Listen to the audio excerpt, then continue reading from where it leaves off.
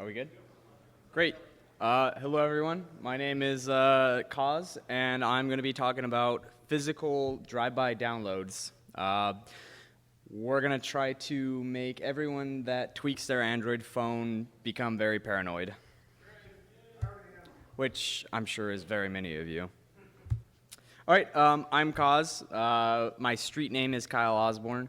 I'm a pen tester at AppSec. We do web app, network, some PCI stuff, all the regular pen test shop stuff. I also do some research on the side just for fun, and I make talks like this just because I like breaking things, so on and so forth, regular stuff. All right, so Android user ecosystem. God. Apparently there is a rule where every time I say that word, I have to drink.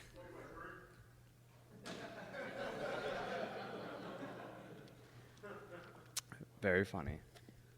All right, so the Android user ecosystem, it's a big focus on rooting phones. Everyone is like, oh yeah, you got your Android phone. This is going to be detrimental. Everyone's like, great, you got your phone, you want to do cool stuff with it, you want to get the latest software version, root it, and then throw on a custom ROM, whatever.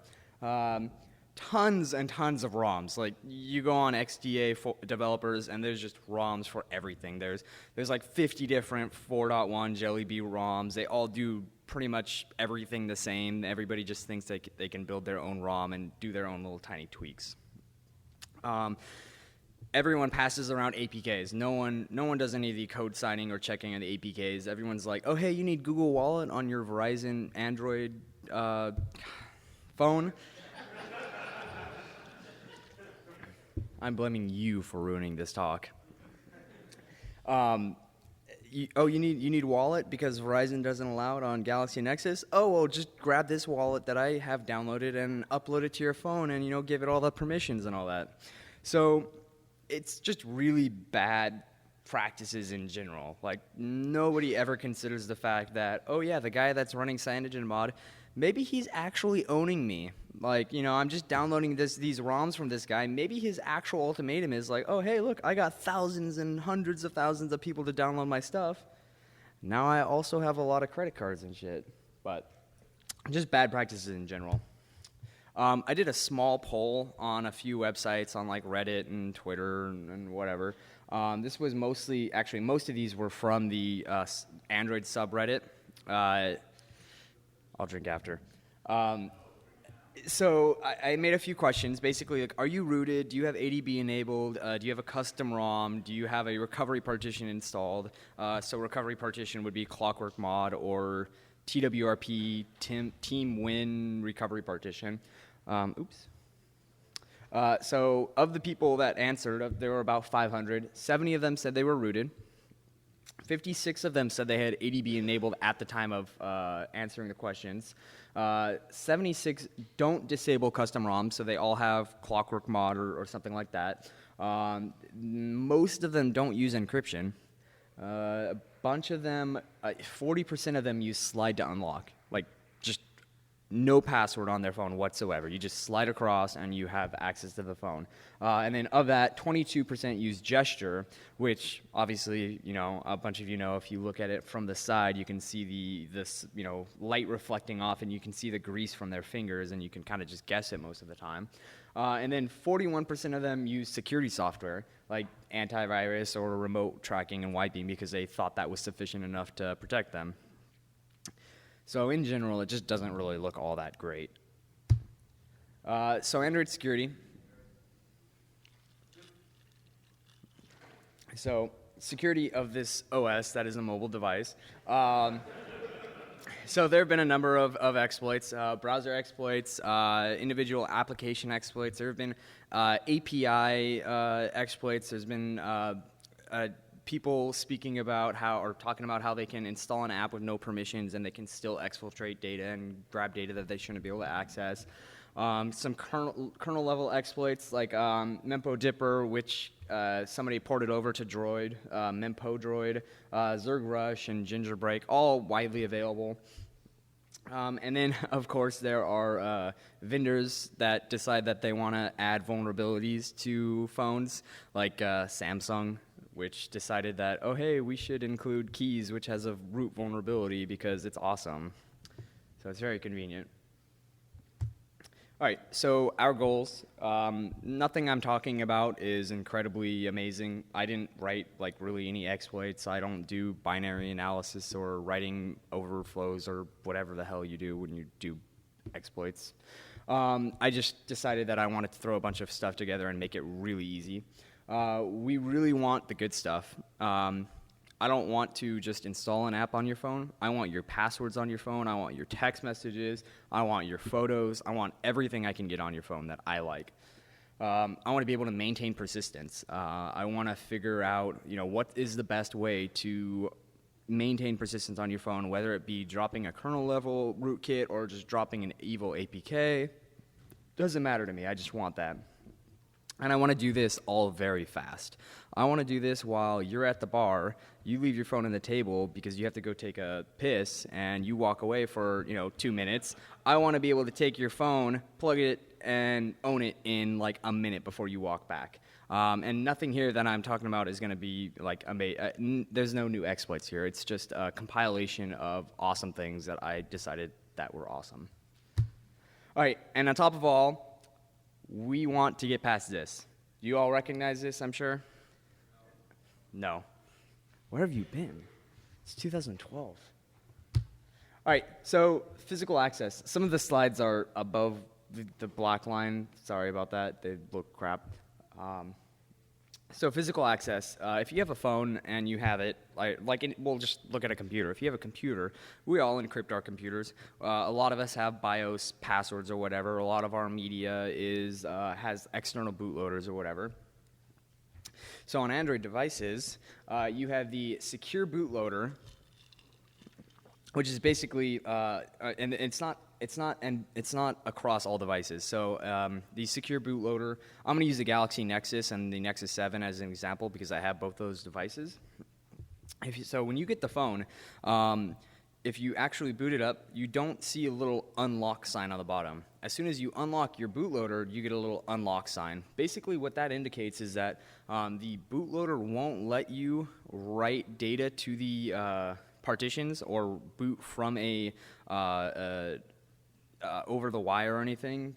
You basically can't do anything to the device from the bootloader. It's like a BIOS password or whatever.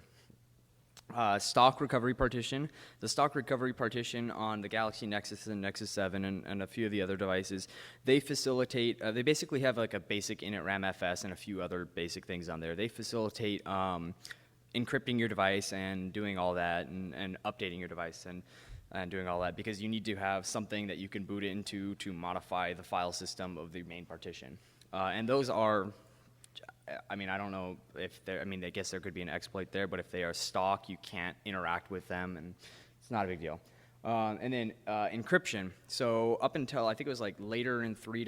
something, but especially, or very specifically in 4.0 and 4.1, encryption was made available where you could encrypt your phone and prevent access if someone decided to steal it and say that you did have a recovery partition. If your phone was encrypted, you couldn't access the data on there. Or if somebody wanted to somehow desolder the SSD chips and do all that, it's all encrypted, doesn't matter. There's also KeyGuard. So KeyGuard is basically the interface you see when you type in a password or a key gesture. It's even the slide to unlock. That's all part of KeyGuard. And then, of course, ADB, because ADB is Android Debug Bridge, and basically that just gives you access to, you literally get a shell on the phone with ADB. And that's what we're going to be focusing on. Did I say that? Damn. So they all work together. If one of them fails, they all fail. If you don't have encryption on, or I'm sorry, if you have ADB on, I have everything else. If you don't have KeyGuard on, I have everything else. If you have a custom recovery, I can do everything else. If you don't have a secure bootloader, I can boot to whatever the hell I want. And I guess if I was smart, if you had no encryption on, I could desolder the chips off and access the data that way. I can't do that. All right, so real quick, secured bootloader. Not all devices have it. I have a locked bootloader. The ThinkPad, or not the ThinkPad, the HP TouchPad. Did any of you get the HP TouchPad on their little fire sale? I got 2 of them. They rock. They are awesome. I would never use it as you should throw that out the window right now. I would never use that as an actual device because it has an unlocked bootloader. You can run any init RAM FS or anything you want just by rebooting the device and typing like novacon boot your init RAM FS. It's not included in anything I'm going to be talking about, but I made like a tiny little tool just to drop like SU binaries and a little, I could do whatever I want just by typing novacom on my phone, on my laptop, and I owned your ThinkPad. So I don't want anything to do with that. If you can't lock the bootloader, it's no good to me. That being said, I love the ThinkPad. It's an awesome little device. The Galaxy Nexus and a lot of the other phones come with bootloaders locked. A lot of them let you unlock it. Motorola is notorious for not letting you unlock devices. So when I look at a phone, I kind of look at that stuff too. Like I said, the Galaxy Nexus has a bootloader, but it's easily unlocked. It takes, you just plug it in, reboot the phone, unlock it. The nice thing, though, is that the Galaxy Nexus and the Nexus 7, and I can't specify any of the other devices. I don't know which of these do these. When you do it, it actually wipes the drive. It actually wipes the data partition, which is very convenient. And it does it in a way where it literally takes a second. So it's some sort of SSD controller command where the SSD will just lie to you and say, yeah, there's no data, it's only 0 bytes, even if it only takes a second. So even if you grab someone's phone and unlock it, you can't get to the data. So cold boot, depending on these, like I can cold boot your device and own it if your bootloader is unlocked. One thing to mention, reading online with all the modders and the tweakers and all that, the droid tweakers, not the tweakers. Everyone is like, yeah, just unlock your bootloader as soon as you get your phone because it will wipe the drive. And that makes sense, except none of them go, and then you should relock it because, you can do all that stuff with a relocked bootloader, but it's a pain in the ass because you got to unlock it later. And there's just a lot of people that don't really know that if you unlock your device, if you root it, and then you relock it, which is more secure than keeping it unlocked, you can still do everything you want to.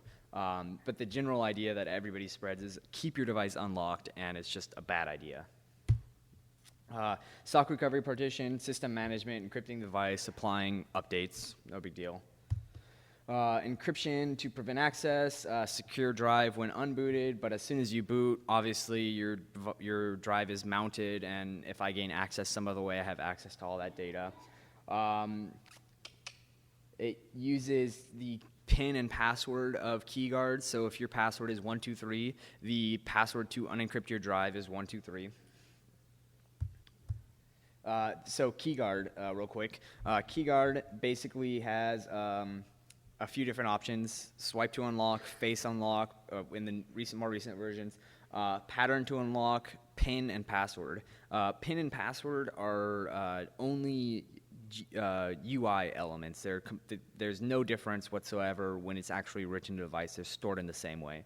I don't know how face to unlock is stored, but it doesn't really matter because if I have a picture of you, I can unlock it. And of course, if you have the pattern unlock, pattern smudges and all that, and with the weak PIN, you can do like 4 characters or something. It's very small. So real quick about the KeyGuard pattern. There are 389,112 possible gestures. I think so. The math for this was very confusing to me because I didn't get past anything above geometry or something. I think I did it right. What we did is we generated every single possible pattern, so 999 million or something, and then we weeded out all the impossible patterns, which is you can't do 1, 1, 2, 3 because you can't hit 1 twice on the pattern, and you can't go 1, 2, 3 unless 2 has already been hit because between 1 and 3 you'll get 1, 2, 3. So we were able to get it cut down to that small amount.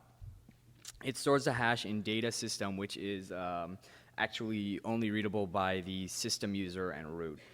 The nice thing about this, and we'll get it over, 390,000 possible differences isn't a lot. Like, it's pretty small. When you're booting it by hand, it may be a lot because it'll lock you out after a while. But if you have that hash, it's all good. All right, so real quick, ADB, keep ADB off. ADB off does not provide USB debugging, so you need ADB to use USB debugging.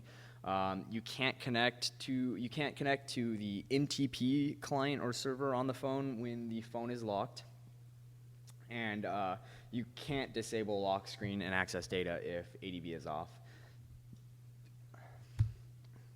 Okay, so I think I've been over some of this before. Physical vectors, bootloader is unlocked. You can run inside anything. Access device as root, because if you can just boot into a recovery partition, or if you can just boot to an image, you can then mount the file system as whatever you want. Non-stock recovery partitions, so Clockwork Mod or TWRP, they also allow unauthenticated root access, unless, of course, it's encrypted. Lack of encryption, it allows all those above. And then ADB enabled. If ADB is enabled, you win. ADB for any custom ROM is always enabled. ADB is enabled for, if you, real quick. All right, who has any Android device on them right now? All right, who has flashed a custom ROM, or just raise your hand. Just who? That's a lot. Okay, that's a good chunk of people. Who has, even if it's not those people, enabled ADB at some point in time just because you needed to do debugging or something? So a lot of you, plus the people that flashed a custom ROM, probably have ADB enabled right now. Who has ADB enabled right now? Yeah. Who wants to let me borrow their phone for a demonstration? What? Any Android phone with ADB enabled. Any. Ah!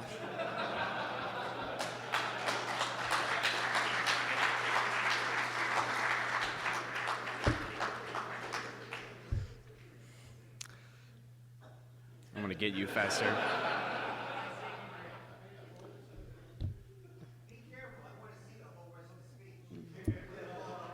All right. So we're going to change this talk to the basics of Nmap.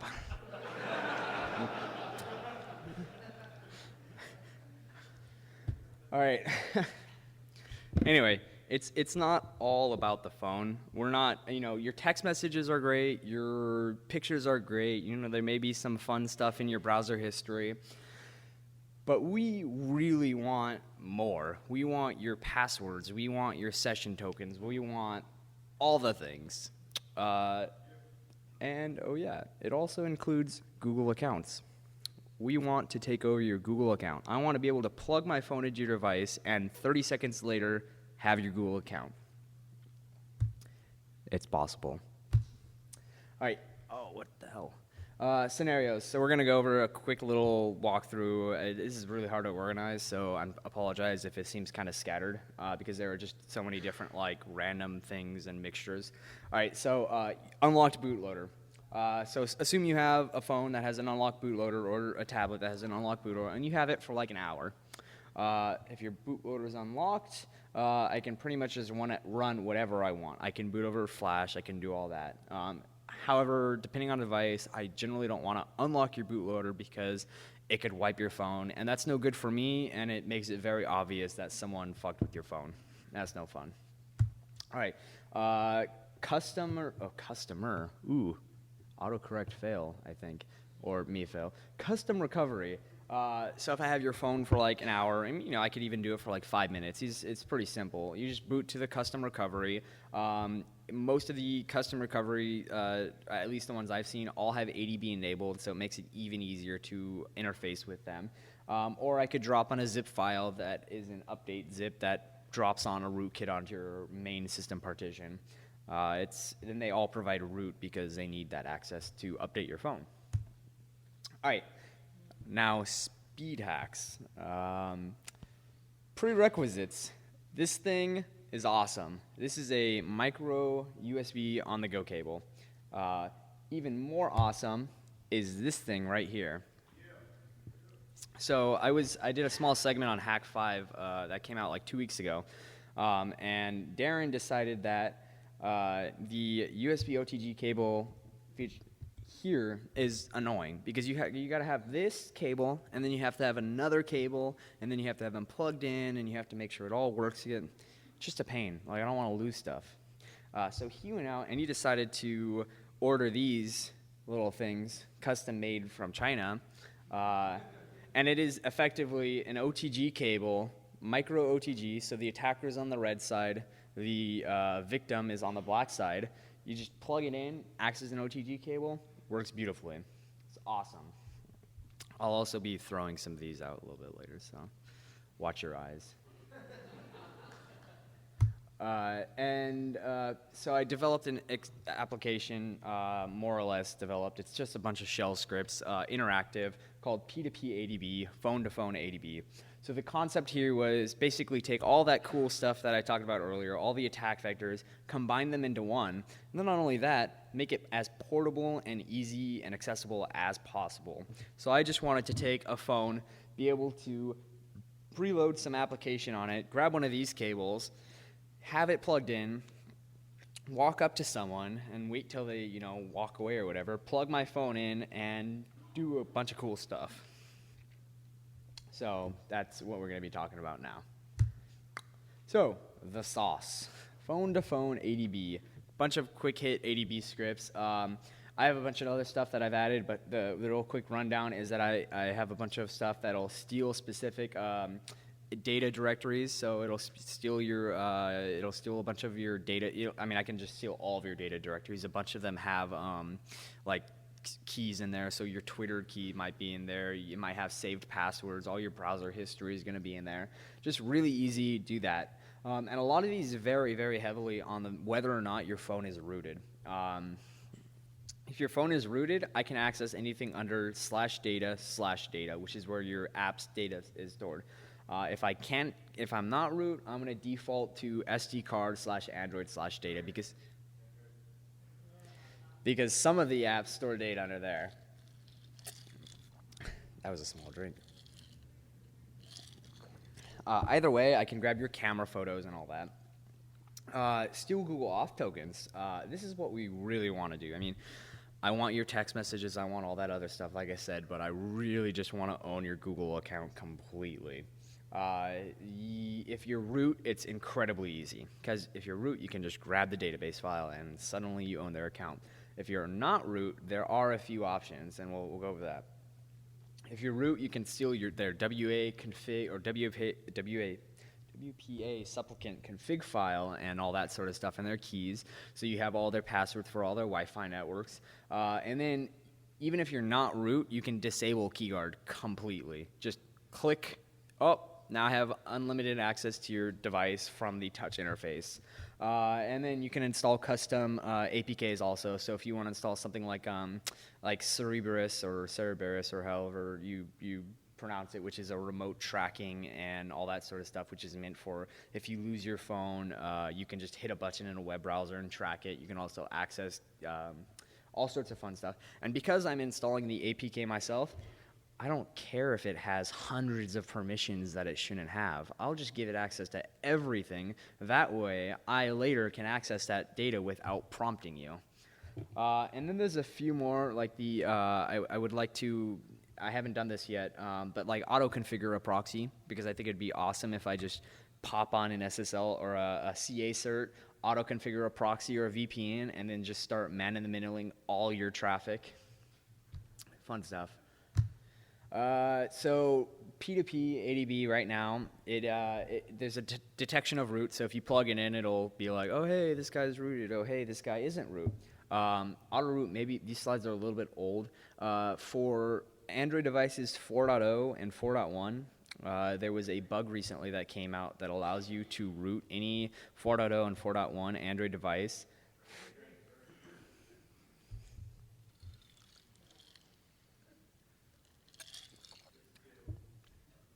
Anyway, there's a bug with ADB where it was actually I'll get into it later, but it basically lets you root the phone, and it takes about a minute because you have to reboot the phone once or twice. If you're root, I can pull down your key and I can crack your gesture pattern. Because the gesture pattern is actually so low, there are only like 390,000 possible numbers or patterns. I just pre-calculated all of them, and then because it's not salted, I just generated a list of every single hash and key. And as of today, as of 2 hours ago, I actually pushed the code up, so now you can do that where you just hit one of the numbers and it pulls the key down, it searches it against the database there, and it spits back the key guard pattern. So if their pattern is like top left down, it will be 0, 1, 2, 5, and it just tells you that. And now you can get into their phone without even doing anything fancy. Also, you have to have a rooted phone to run this, I believe. I haven't actually been able to get it working on an unrooted phone. So if you're going to be doing this, you have to have a rooted phone, and you have to have BusyBox and all that. Also, make sure you disable ADB if you have a rooted phone. So AntiGuard is my little app I developed. Basically, it's based, well, the name KeyGuard, AntiGuard, a cute little name. So it disables KeyGuard when you run it. It pops up this little screen here too. It's really convenient too because, all right, so say you have a rooted phone, but through ADB, if you type root or su or whatever, it prompts you with the super user or super su applications to grant access to give you root. If you don't get access that way, you're kind of boned. However, if you use AntiGuard, you can disable KeyGuard, and then you can see the pop-up to grant you root, and then you can grant yourself root. So that's one of the reasons I did that. Plus, there are some things through the interface that you really kind of maybe want to access. There's some things through the Android API which are really convenient. Maybe you want to access developer settings or some reason. This is actually an app that I'll be building out to include auto-loading of a CA cert, auto-configuring of a proxy. This is the way I would probably want to go about doing it. So a few buttons. Back will bring you back to the last app that was open. Launcher will bring you to the launcher. Development settings will bring you to the development settings, and then you can uninstall it. If you hit the home button, just a little kind of annoying thing about the KeyGuard, if you hit the home button while an app has disabled it, it'll bring you back to KeyGuard. So that's why I have launcher up there. There's also the same button that installs KeyGuard also uninstalls KeyGuard on my phone. So as soon as I uninstall keyboard, it leaves no traces, and the screen relocks. All right, a little bit more of the scenario. So ADB with root enabled. Just grab all the things. Like I have your whole. I mean, I could image the device if I wanted to. Like it's not a big deal. The only problem is that Android, in the past, at least the phones that I've played with, all of their storage components or whatever are just slow. Like compared to an actual faster device, maybe like the iPhone. The iPhone storage device is incredibly fast. Android storage devices are incredibly slow. So, God, I hate you all. You're making this very hard. And then on one of these, and then you're also limited by a USB 2.0 device, right? I mean, you're limited to the transfer speed. So imaging a 16 gig drive on a phone really isn't practical, especially if you're trying to do it real fast. Especially when some of the data that you want, you really just want like a 64 kilobyte SQLite database. It doesn't make sense.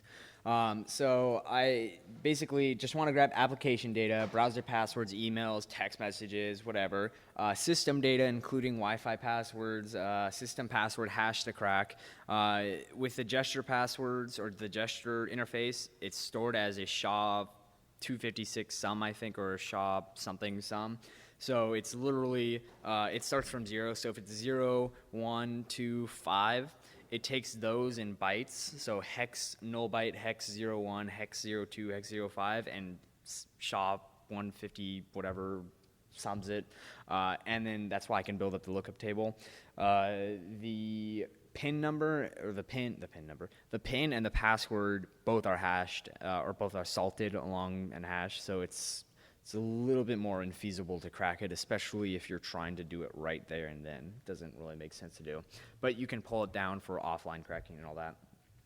Of course, drop on a rootkit, throw backdoor binaries, whatever init scripts, maybe you throw on an APK that tracks your location, do all that sort of stuff. You can maybe throw on, there are a few attack frameworks and backdoor frameworks available for security researchers to use. And then, oh yeah, sync to Google accounts. Wait. ADB, not root. Encryption doesn't matter, can't access most of the data. Grab your photos, grab your data on SD card, install APKs, install your CA certs, and export through the Android API, like through Java and all that. If you install an APK that has SMS and contact data or permissions, you can export that through the API, which requires you to actually hit, export through API on their phone or install an APK to do that. But you're pretty limited as in terms of what you can access on the file system. So you can use the API as a way to access that data. Oh yeah, synced Google account. So real quick, /data/system/accounts.db is basically where your Google authentication token is stored. On Jelly Bean, some of you may know Jelly Bean has some really bad support for multi-user mode. Basically, they changed /data/system to /data system user number 0 and then accounts. It's just because they're getting ready to roll out some sort of multi-user mode on Jelly Bean, so you have to, or something, so you have to take account of that. Anyway, so under there you have, it's just a SQLite database. It's real simple. You have accounts, which has a few columns. The ID, the username, the type of account it is, so com.google, and then you actually have the...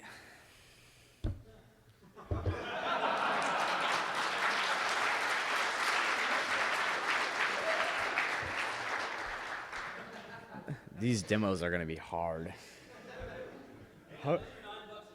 How did I get 2 Nexus 7s? What? Okay. All right. Well, since I should finish this off, Android.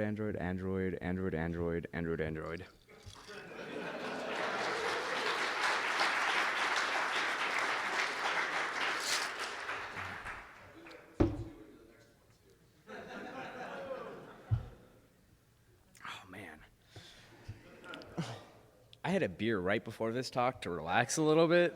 I'm regretting that. All right, so you have your Google key in that SQLite database. That is your Google account. Like, that key may look abstract or whatever, but that is your password. Not only that, that is more powerful than your password because it bypasses two-factor authentication. It can bypass any page that requests your password. I can just generate URLs that have single sign-on tokens from this.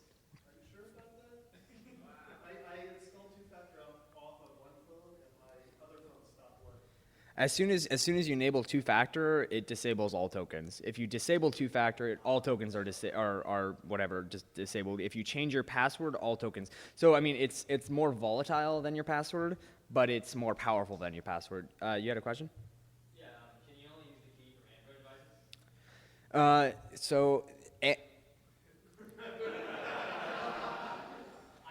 didn't mean it like that. So. All right, so anyway, Android devices. Yes. So the way that the framework works through these devices is that most of everything is HTTP requests. Syncing your device is an HTTP request or HTTPS request. Signing in through your device is an HTTP request. I think even checking like Gmail isn't even done over standard like IMAP or SMTP or whatever POP. It's all over HTTPS. So since it's just HTTPS, I could just create my own request and do all that. And I'm actually going to demo that. All right. Oh, actually, this is the slide that works. Anyway, so that's my key right there. This is the post request to android.clients.google.com. It was a URL. It wasn't even name. Doesn't count. Okay, so you have your account type, email. None of that matters. Like, if you'll notice, every single parameter does, besides token and service, does not have a value because it doesn't care. That token that you have right there, you don't even need to know the account that goes along with it. You just submit it along with this request, and it generates a URL like this, and that is actually a single sign-on token for, what is it, google.com/dashboard. So you hit that URL, and it'll actually bring you to the Google dashboard without prompting you for a username and password. Yeah, it's awesome. But that's the way that these sort of tokens are designed, right? So if you open your browser on your Android device, and you, AD, don't leave. No. Okay, thank you. So if you go to google.com or gmail.com on your phone through either Chrome or the default browser, there's actually a little yellow pop-down bar that goes, hey, we noticed you're at google.com and you're not logged in. Would you like to sign in with blah account? So what that does, it actually takes the accounts that are logged in on your phone, and it'll prompt you with those accounts to see if you want to log in. So if you go to gmail.com and you're not logged in and you have 5 different accounts on your phone, it'll have a little drop down to select which account you automatically want to sign in with. And this is the request it's actually making to sign in with that account. And then, like I said, that token signs you in without question. And it brings you there. All right, so getting the Google account without root. There are a few options. Mostly, you just have to man in the middle of the HTTPS request. So if I wanted to do this on from my phone to another phone, and I had a few minutes to play around, ideally I would go, all right, install AntiGuard, and have AntiGuard drop in a CA certificate. Have AntiGuard automatically configure a VPN or a proxy that I'm connect to, and a Wi-Fi hotspot. I don't know if you can add Wi-Fi hotspot or Wi-Fi connections through the API, but anyway, connect to a Wi-Fi hotspot from my phone. On my phone, have some sort of man-in-the-middle device with that CA certificate and the private key, and then open up a web browser to google.com and hit auto sign in for that account. When you do that, it sends that key. That's the key that it sends. That key doesn't change ever unless your password changes or you reassign a new key, or if you're using two-factor auth, if you reassign another two-factor auth key or whatever. So I can get that key just by man-in-the-middle-ing your HTTPS request and all that. Of course, it requires a CA cert and all that fun stuff. All right, what else? Let's see, I have a little bit of time. Android restore functionality. So if I own your Google account and I throw your phone or your Google account on my phone, it automatically syncs down Wi-Fi passwords and a few other things. Maybe I want to be able to sync down your Google history and all that. I think, or your Chrome history. I think you can access it that way. Let's see what else. Oh no! Oh shit! It's black. Can anybody read that? Anybody want to read that?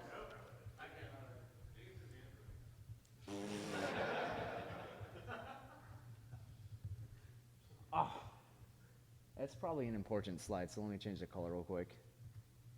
Oh. Let's see what else. Slideshow. Okay, so quick demonstration. Let's see if we can get this to work real quick. Internet's. Oh, nope. There you go. Cool.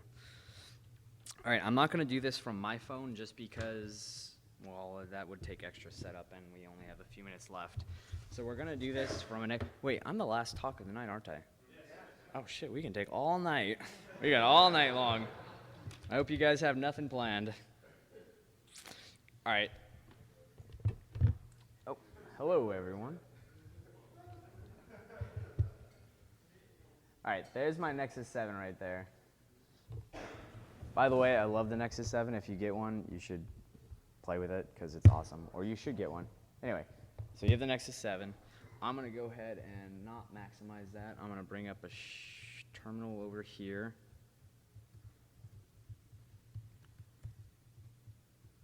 Cool. All right, so. All right, so this is ADB, P2P ADB right here. That's going to be, so okay, so right now it's waiting for a device to connect, which isn't right because it should be, there we go, cool. All right, so this is pre-rooted right now actually, because I did this earlier. This is actually a most recent stock install. It doesn't have BusyBox, it doesn't have anything. I actually used P2P ADB while testing to root it, so it works. Anyway, so we want to check, all right, are we root? It's not natively running as root, so basically that means when you ADB shell into it, it doesn't drop you into root immediately. So we're going to go ahead and use the SU binary because that's available. So if I want to go ahead and steal the app data, go ahead. All right, so it automatically calculates the size of everything under data/data, shared preferences, and databases, because there's other stuff under data/data like cache and libraries and a few other things that we don't really need. We just want the shared preferences and the databases. So if we go and hit that, like yes, cool, takes a second, it tarballs it or something and it throws it over. All right, so it's already saved it under loot. All right, so if we want to steal your Google data, that just is like, yo dog, I heard you like Google data, so there are 12 and some megs of Google data, don't want to grab that. Camera photos, so funny thing under the Nexus, it's going to be like, oh wait, grab them photos, camera directory doesn't exist. Nexus 7 doesn't have a backwards facing camera, so it doesn't ever make a folder for that. So the fun one, steal Google accounts. Actually, we're going to skip that because I'm going to do a demo with that. So if we do install, uninstall, anti-guard, this is my favorite one. All right, let's see if we can shrink this screen right here. So install anti-guard. All right, so live, yes. Enter. Installing anti-guard and unlocking screen. Oh yeah.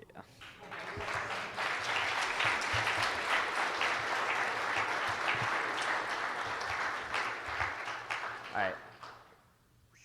Oh, screen unlocked. There we go. You can't see it, unfortunately, in this video. So right here is the top one is back. That'll bring me to the last application I was running. This is launcher. Launcher basically brings me to my default launcher, development settings, and uninstall anti-guard just to get rid of the applications. So the reason I have launcher is because if you hit the home button, it brings you back to the lock screen for some reason. But if I hit launcher, it goes ahead and just pops me up to the launcher. And then from there, I can access whatever I want to and all that. So if I hit home, it brings me back there. But we'll go ahead and unlock it. There's my unlock password. I hope you're all happy. So we'll bring it back, anti-guard. All right, so now, since we're here, I'll go ahead and show you, if I go ahead and hit 6 again, it's automatically going to uninstall anti-guard. And once it uninstalls anti-guard, it relocks the screen. Oh, well, I hit the unlock. Wow, way to screw that demo up, cause.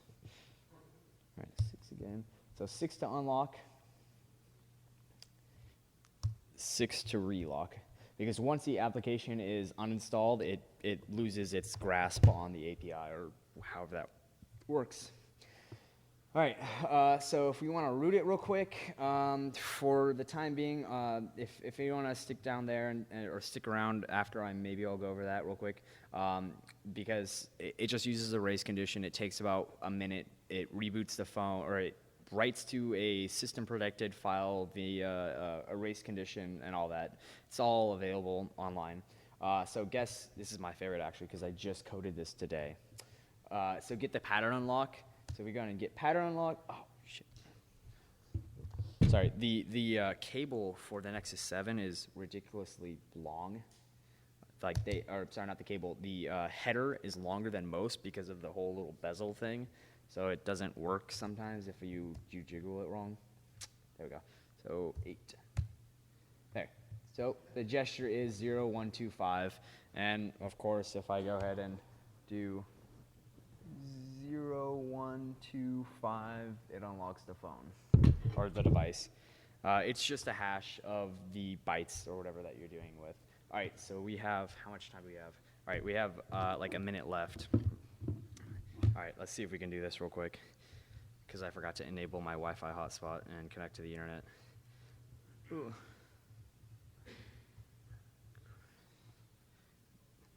Anybody want to enable a Wi-Fi hotspot for me? I'm just joking. Just kidding.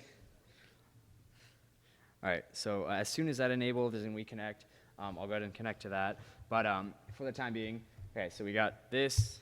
We go ahead and hit steal accounts, enter calculating size of accounts and accounts there. So it is the size of accounts. Oh, device not found. See what I tell you? It's this Nexus 7 crap. Steal accounts, device 64K. Yes, I want to jack everything. They've been added to there. Okay, so am I connected to the net? All right, so there. Yeah. SH, and I have a separate app for, or a separate shell script for this. So SH generate auth. Oh. All right. Oh no.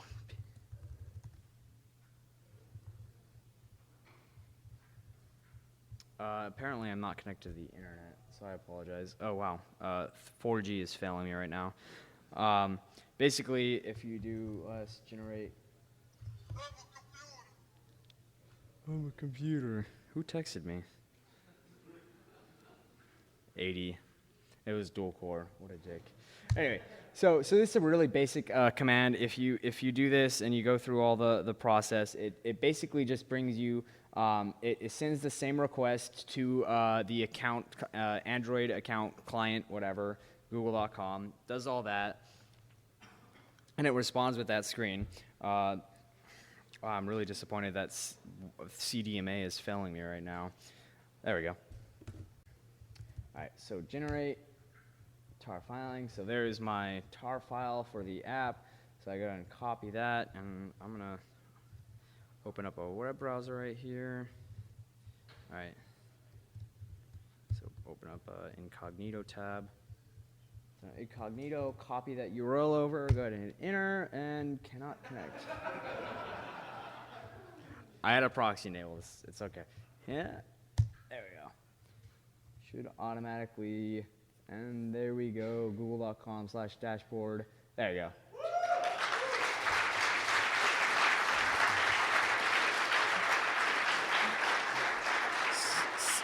So it gets better. Just because I have that token, maybe I want to steal your account, right? So if I go to change password, it's going to show me this option right here. Oh, slow internet. God damn it, Verizon. Failing me.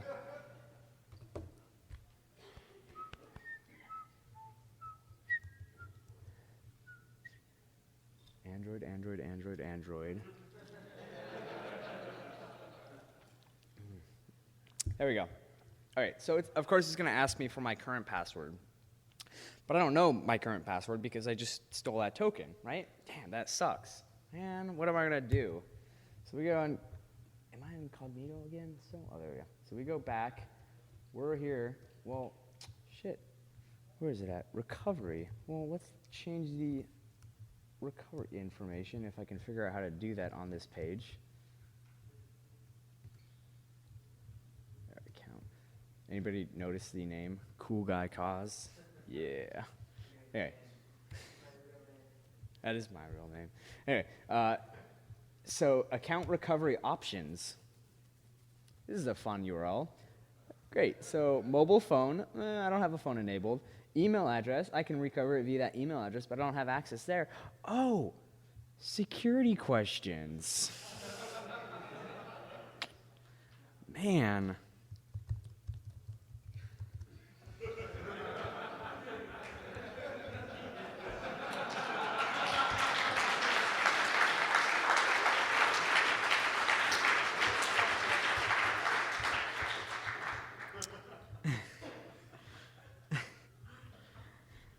Don't clap now, because the last time I did this on Hack 5, it failed miserably. Google.com. Oh, don't need that one. Let's open up an incognito tag. All right, Google.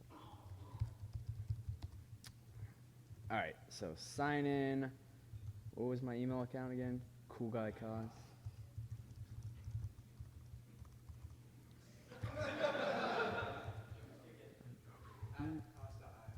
Who am I? Oh, wrong password. Oh, can't access your account? Don't know my password. Answer my security question. Oh!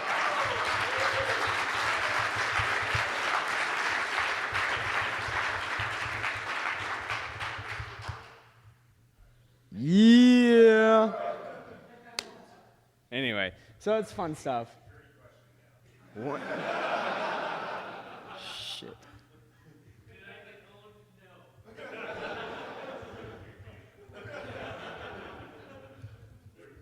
During BCon. Damn. Oh my god.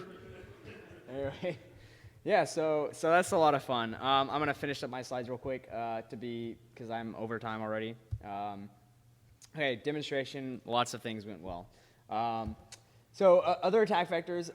My friend Lay did a talk at a few different conventions. He at ThoughtCon, DEF CON, TourCon about juice jacking, which is basically all right, hey, you need to charge your phone. Well, we have a little podium that has a few plugs in it. Go ahead and charge your phone. We'll provide power or whatever. So this little blue box right here actually had a little laptop or something in there with a monitor up there. So whenever you plugged your phone in, it gave a notification like, oh shit, you just plugged your phone in. Here's your little ID or whatever, your hardware ID.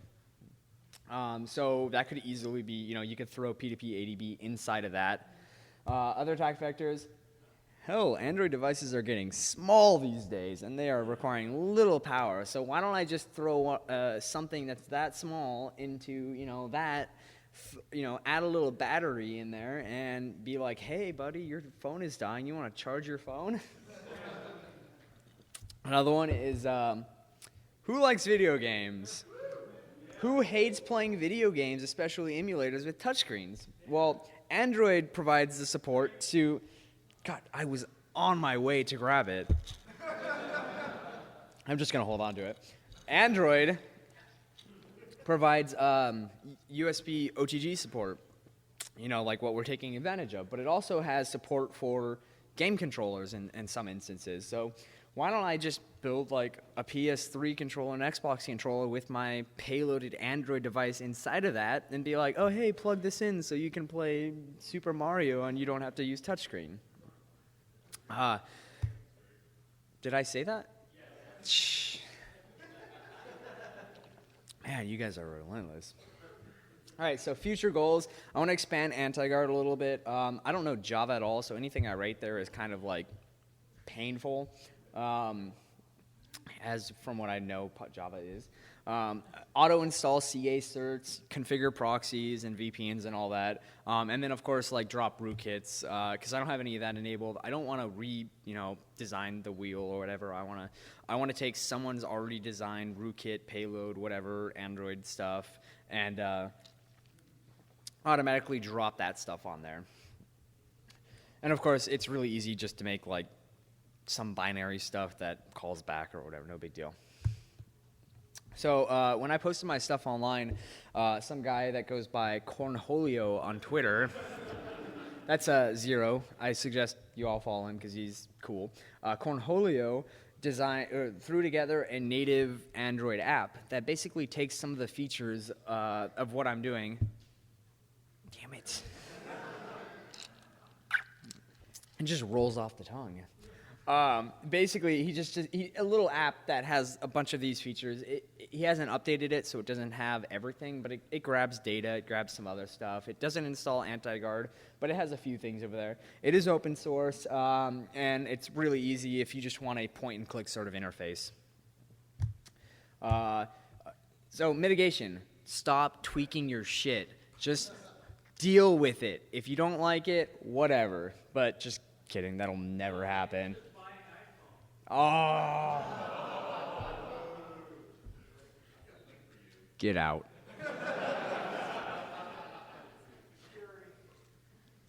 Anyway, so really, disable ADB when done. You don't need it on all the time. I use it often, and trust me, I forget to disable it. The next slide, I'll show you a quick little tool that'll help you. Lock your bootloader. Like, if you don't need your bootloader unlocked, don't do it. Some phones, I think it's like the Galaxy S, you couldn't relock the bootloader. I don't know any of the other phones. I only have a Nexus 7 and a Galaxy Nexus, but if it's possible, relock it. Get rid of Clockwork Mod. You don't need Clockwork Mod. Use it once, drop it, flash your recovery or your regular stock partition, and then, when you need it again, since you have root on your phone, flash it again. Enable encryption.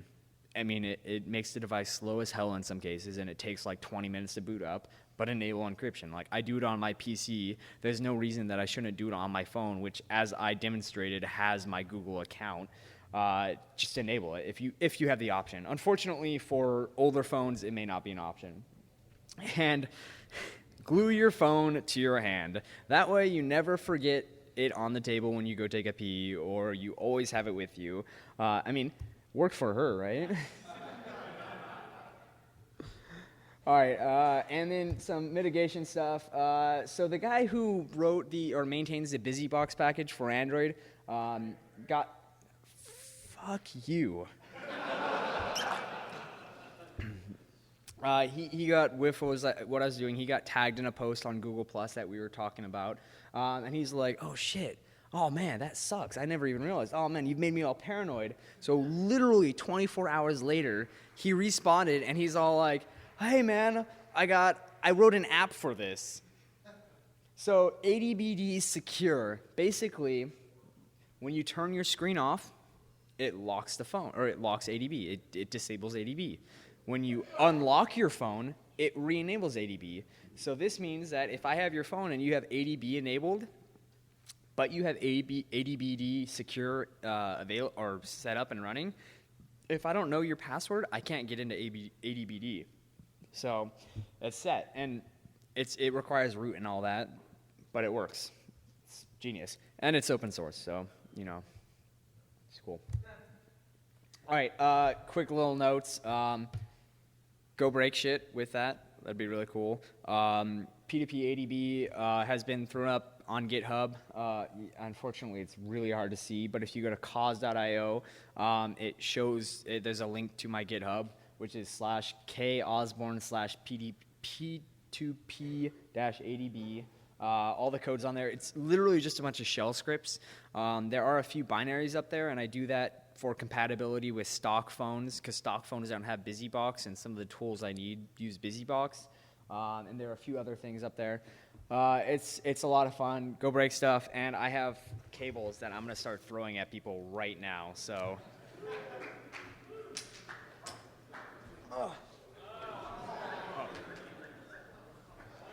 Share them. Please share them. And if you didn't get one, gone that way.